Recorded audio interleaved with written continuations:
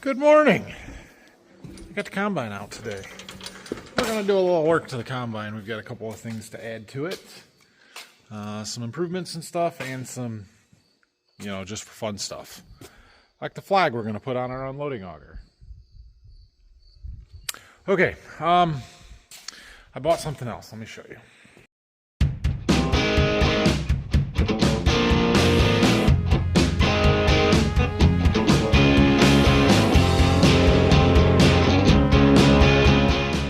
So every now and then when we're running our machine sync with that combine to the 8RX, we have some connectivity issues where they don't connect very good. John Deere makes a enhanced antenna kit for the combine to help solve that issue. What does it say here? It doesn't. Anyway, that's what I bought. And so we've got to figure out how to install this. Basically, this is going to go on the cab somewhere, have an antenna, and then we got to figure out where to hook this cable up to. I'm assuming we got to take the top of the cap off, so that'll be fun, but we'll figure it out. They gave me a whole instruction booklet and everything. All right, so we've got this bracket that our antenna is going to mount to, and we've got some washers here, rubber and steel washers, and it says to put it on the left hand cap screw right there. So we got to take that apart. And put this bracket on there. Okay, we're gonna go like that. Now we gotta route this cable. It goes under here, and then I don't know where it goes from there, but around the back of the cab it looks like. Alright, so I'm up here securing our wire harness. It needs to go down to a connector down there. I'll show you that from down below here in a minute.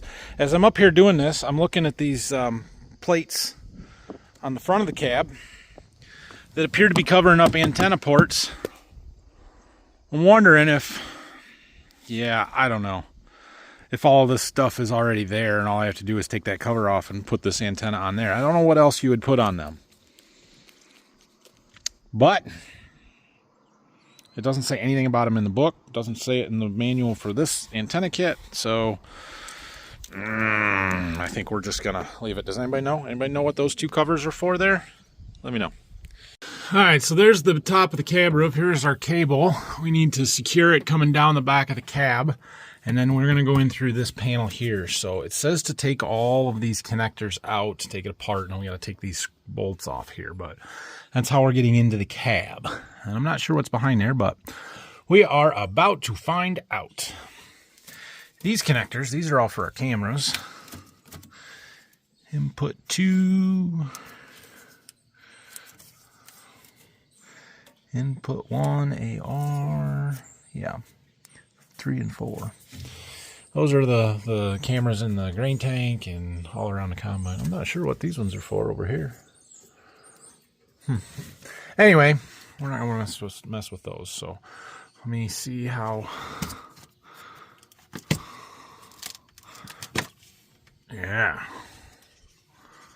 See how all these work. Well, the dust seal on this plate works really well. Look how clean it is in there. That's good.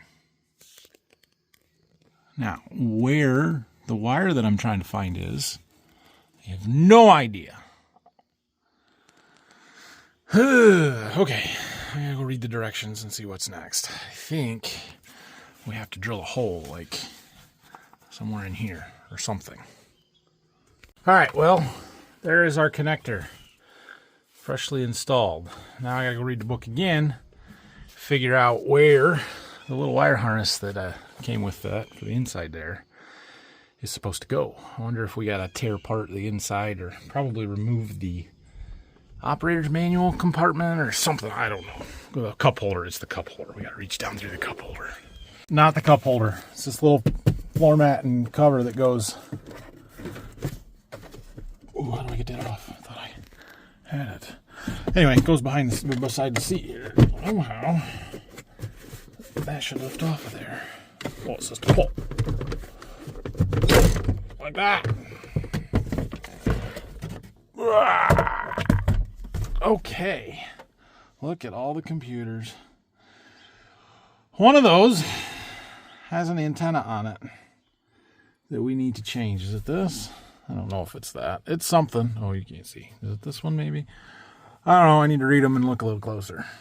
All right, it's this one right here.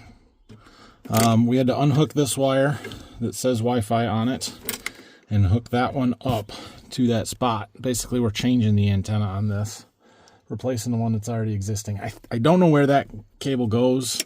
It comes back and then it goes into this bigger wire loom with a bunch of other ones. I'm assuming it goes up into the top of the cab somewhere, but it's under the cover, and this is making it external and hopefully more effective. Now we gotta go try and get outside and see if we can't find the other end of that cable that I shoved under there and hook it up to where we just installed that connector. There it is. So that is done. So now we can put this back together and get all our connections made, and then we can figure out what to do with all the extra cable here and hook up the exterior side of it. All right, we got our cable down, secured, and tied in, everything else put back together.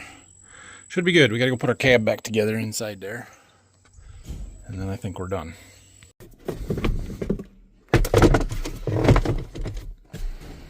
There, we're done.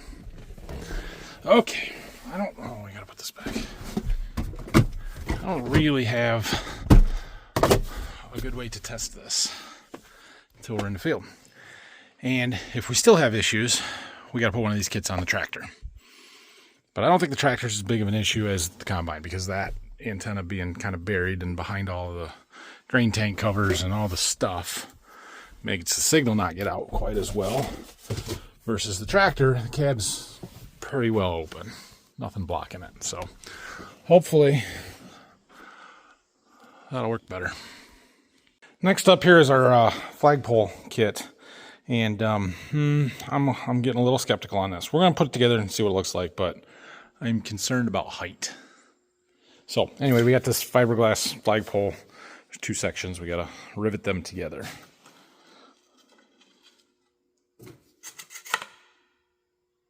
All right, I got that band put around the auger tube loosely. This isn't gonna work. This isn't gonna work. Not the way that it's supposed to go anyway. Let's see what we can do here. It's gonna be way too tall. I was not anticipating a 3x5 flag when I agreed to this. I was anticipating a like 1x2, 1.5x2, 2x3 maybe. I don't know. This is excessive. Well, that's how it goes. All right, here's the problem. It's too tall. It sticks up way too high. Higher than, how much higher is it? Quite a bit. Quite a lot of bit. Higher than the combine. And it doesn't fold down. Like when the grain tank covers are open, that's maybe not terrible. But we gotta go down the road. That's too high. So, the way I see it, we have a couple of choices here. We can try and turn that thing, hang straight down off the back. Then we got to worry about the flag hitting the grain cart when we're unloading on the go and all that good stuff. But the flag would hold open so you can see it, which is the whole point.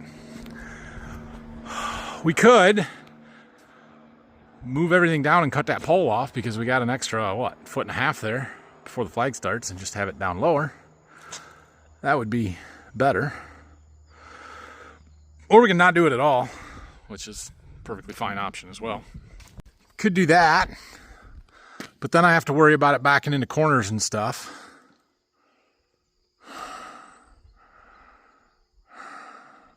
Although when my auger tip is folded out,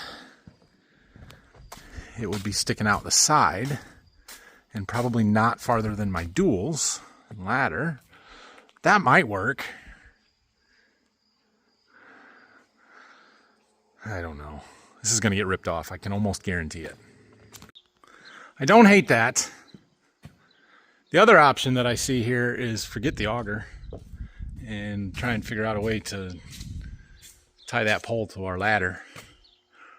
That might be a better option, as long as it doesn't hang down into the tire. Yeah, I don't know. We'll see. See how this goes. So the angle we are on now from here, and judging by the top of everything, I can see it, but it doesn't really stick up. So I'm not worried about height there. Now I'm more worried about backing into something or it catching on the grain cart when we're unloading. By the way, if you missed the video a couple of days ago, this whole flag thing, my Syngenta chemical rep came to me a week or two ago and asked me if I would want to put the flag on the combine and that they would give me a few acres worth of fungicide. I'm questioning whether it's worth it or not. Really what happened is I want that flagpole kit, and they bought that and they bought the flag, and they're giving those things to me, and I can fly the Miravis flag for this year, but then I can put an American flag on it in the future. I really just wanted the flagpole kit. So, you know, that's why it's there. Whether it's worth it or not, I haven't decided. It's a fun little thing. It ain't no big deal. We're going to run the combine out back where I can unfold the unloading auger and see what it looks like then. Well, that isn't going to hit the grain cart. That actually is going to work pretty good. Huh. Okay.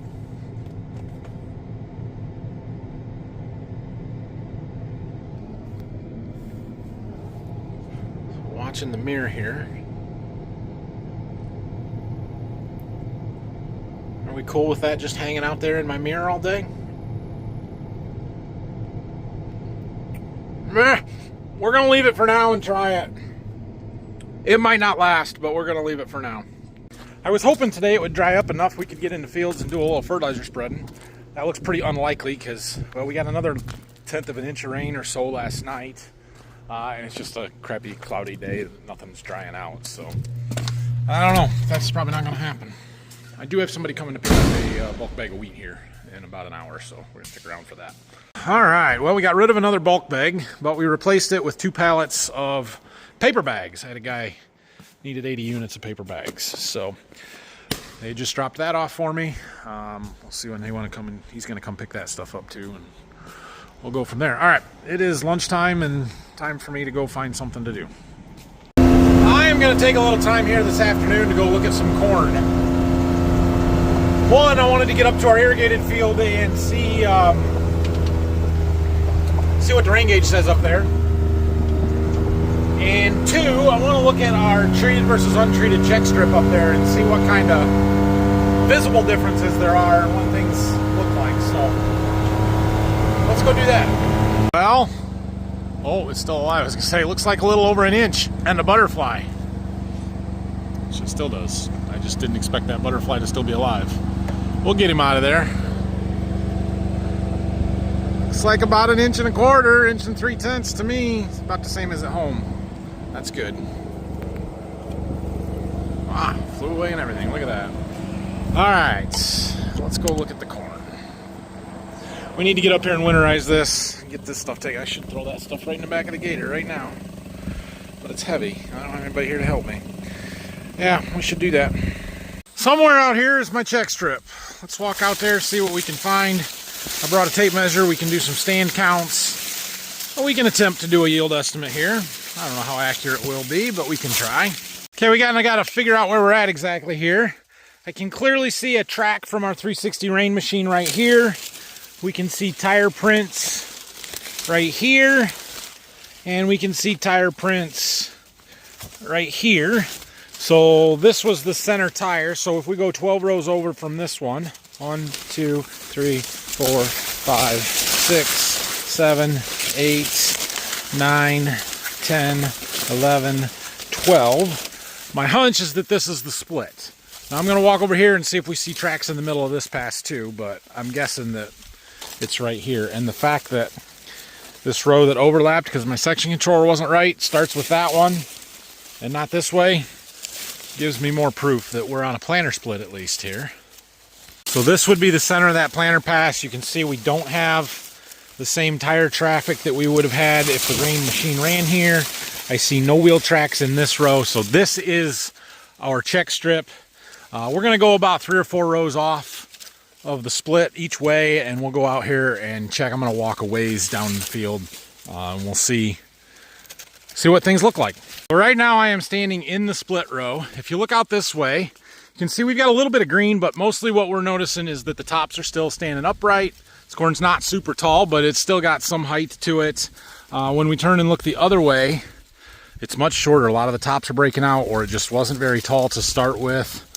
and this is the non-irrigated side. So we're out here a ways into the field. We're gonna go right here. We're gonna go in about 4 rows that way, 4 rows that way, take a stand count, pull 3 ears from each one, and we'll take them out and compare. Now, it is important to note that where we are standing is basically the top of the sand ridge. And while I always say we don't farm sand, this is as sandy a ground as we've got. The fact that we added 1.25 inches of rain over the last 2 days and our soil here crumbles like that, this is sandy. So this was the driest, the droughtiest. It was some of the stuff that got hurt the worst. What I'm trying to tell you is that our irrigated corn is probably going to look really, our non-irrigated corn is probably going to look really bad. Our irrigated corn is probably not going to look great, but it should be a lot better than the non-irrigated. This is where we should see some of the biggest differences. It is not where we will see our best yields on the irrigated stuff. Oh my, this is bad. This is worse than I expected. So I counted both rows. This side I got 29 harvestable ears, and I use the term ears lightly, or questionably. This side I only got 21. So 21 plus 29 would be 50, divided by 2 would be a 25,000 average. And when I show you the ears, you're going to be like, what? Those aren't ears. So, let's see. I need 3 random numbers between 1 and 25 or 29. Let's go with, let's go with 7, 13, and 21. Okay? I'm just random. So we're going to start with this and call this 1. So we want 7. 1, 2, 3, 4, 5, 6, 7. That's not good. 7, 13. So 8, 9, 10, 11, 12, 13. Slightly better, not by much. And then what was it? 21, 13, 14, 15, 16. There's no ear on that plant. 17, 18, 19, 20, 21. This one. Okay. Here's our 3 non-irrigated ears. This is sub 100 bushel corn. Ouch.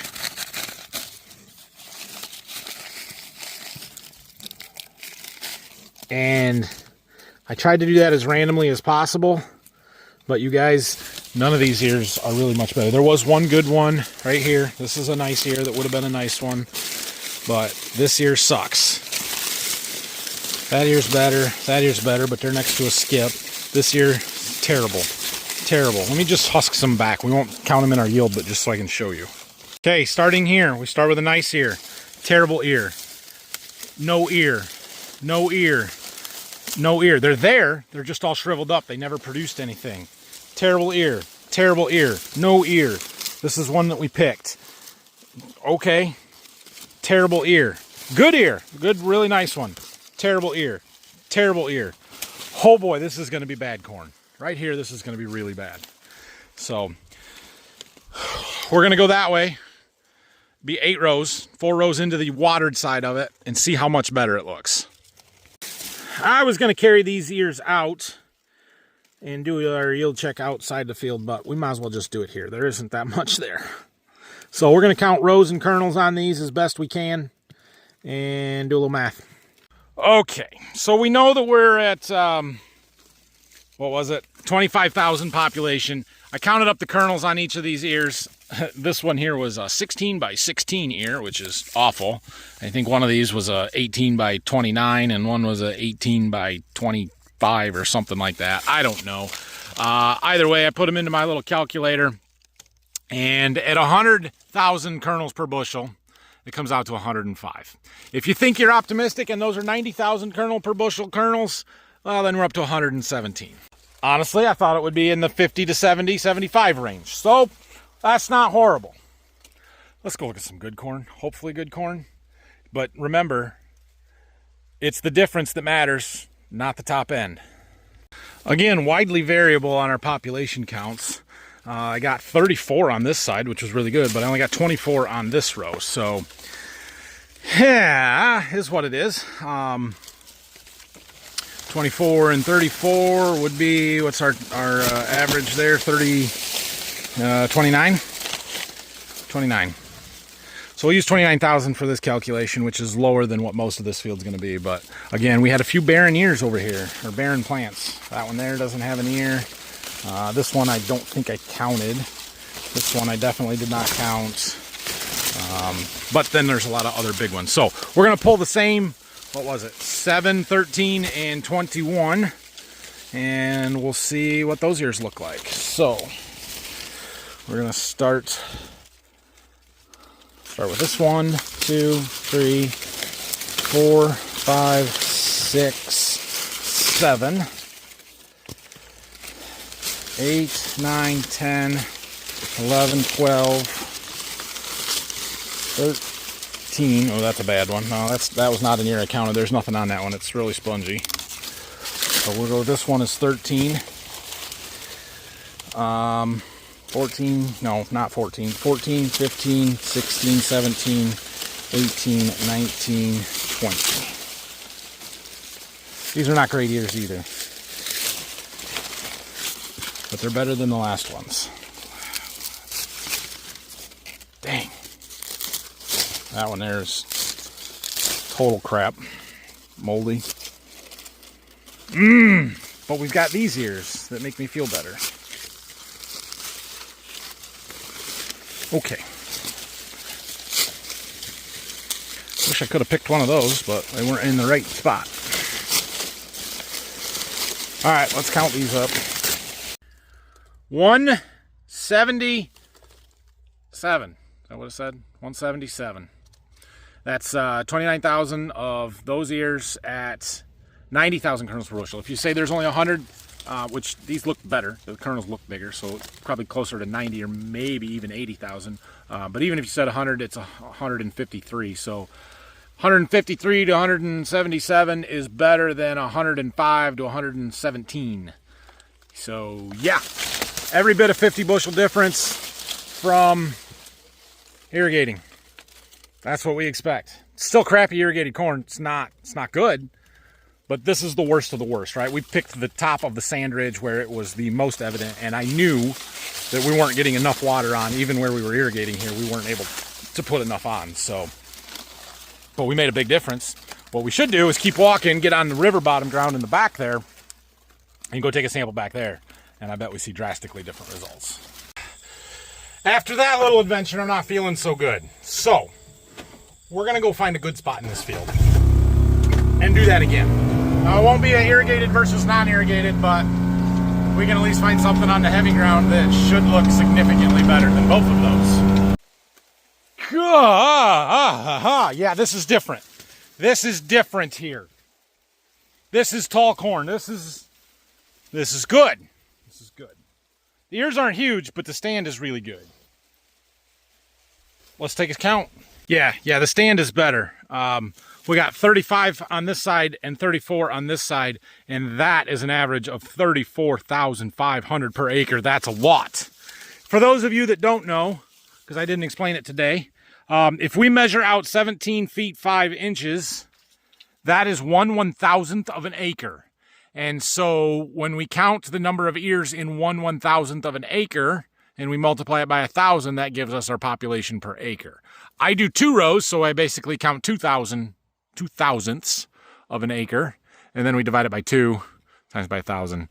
So 34 plus 35 divided by 2 is 34.5 times 1,000 is 34,500. So now we're going to pull ears 7, 13, and 21 from here. I usually start down on the end with the end of the tape measure. We will start right here. So here is ear 1, 2, 3, 4, 5, 6. Here is 7. I'll throw that right there. 8, 9, 10, 11, 12. Here is 13, 14, 15, 16, 17, 18, 19, 20, 21. Okay, let's count those up. You think 34,000 of those per acre is going to yield anything? Holy cow. Those look fantastic. At 90,000 kernels per bushel, it was 247. At 70,000 kernels per bushel, it's 278. No, at 80,000 kernels per bushel. At 70,000 kernels per bushel, it's 317. I can't even pick them up. Like, that is phenomenally better corn. Okay, we're going to take those out of here. I feel better. I feel better. Do y'all feel better? We do have good corn out here. The sand ridges burn up. There's nothing I can do about that. But we made some corn in the low ground here. This stuff is massive. But let's take these ears back. We're going to try and do 3 separate moisture samples, and we'll see where we're at. We'll break the ears apart, and I bet we'll see some massive differences there as well. And it's going to be a while before we get here, I would imagine. This is 114-day corn. That's full season for us. But I'd love to get here sooner rather than later. I made it back to the farm here, and we're going to take some moisture samples. I already shelled 2 of the 3 ears from our non-irrigated check. But before I do this last one, I wanted to show you the difference in kernel depth on these ears. So if I break this non-irrigated one apart, you can see the size of those kernels. Super teeny tiny. Nothing impressive about that at all. Now here's the irrigated corn right next to that. Right here. Good. Yeah, it's okay. It's not great, but it's a heck of a lot better than that one, right? I guess I should compare the same part of the ear. But so that's going to make a difference. Now let's compare it to our good irrigated. Totally different. Nice big deep kernels. Those are not the same. All right, let's get some moistures. Wow, that's not bad at all. 23.7 on our non-irrigated. 30.37, that's the irrigated corn next to the non-irrigated check. Now I'm doing the good corn ears. They're going to be wet too. Yeah, that's about what I expected. Irrigated, good corn, it's 35% moisture. It is black layered. It is done, but it's got a lot of drying to do. The good news is the weather after today starts to straighten out again, meaning get sunny and warm, and things should dry. The corn should all dry. So I'm hoping we can get back to some beans tomorrow. I don't know if we'll be able to or not.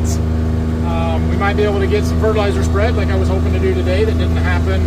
We might be able to get the ripper going. I don't know about that one. And I don't know about planting any wheat, but field work should resume shortly, if not tomorrow, Saturday. All right, guys, have a great night. Thanks for watching today. Hopefully tomorrow's a little more exciting when we get back into the fields and start getting some stuff done. Next week, I'm sure will be that way. It's going to get real busy here real fast again. So have a good one. We'll see you in the morning. Don't forget to like and subscribe. If you have any questions or comments, leave them down below. That's it.